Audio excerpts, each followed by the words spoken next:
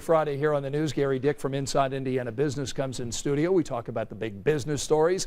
And Gary, it's great to see you. We're going to talk about big job announcements. Amazon, just one of the job announcements. This is a good week, Scott, for jobs. Amazon.com announcing 10,000 jobs nationwide.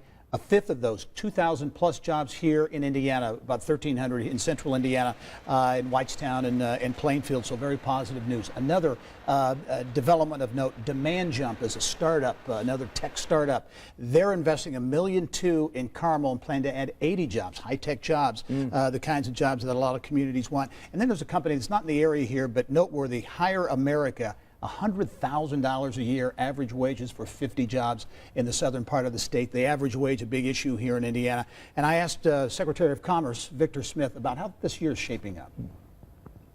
We track a couple things. Our metrics, you know, we track jobs that we call, we track deals, we track jobs, and we track the capital associated with those deals. All three of those categories are setting really good marks. The number of deals is way beyond where we were last year, and last year was a record year. So good numbers. The key will be 3 to 5 years down the road as we see how those job projections pan out at the respective companies. One of the other stories we want to talk about, the National FFA organization agreeing to a deal that brings its national convention to Indianapolis for another 9 years. Right. How does this event help our city?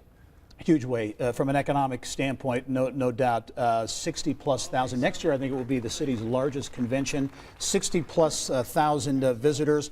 $36+ million in annual economic impact.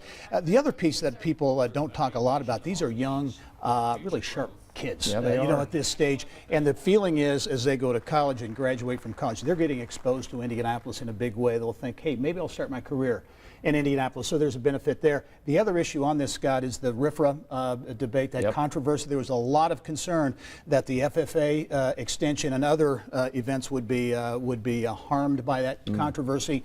This is a good sign, but convention folks say we're not out of the woods yet. They're going to continue to do damage repair, if you will, or proactive in looking at the reputation. Yeah, we'll continue to monitor that. All right, Gary Dick from Inside Indiana Business. You can watch his program Sunday at 11 o'clock right here on Channel 13.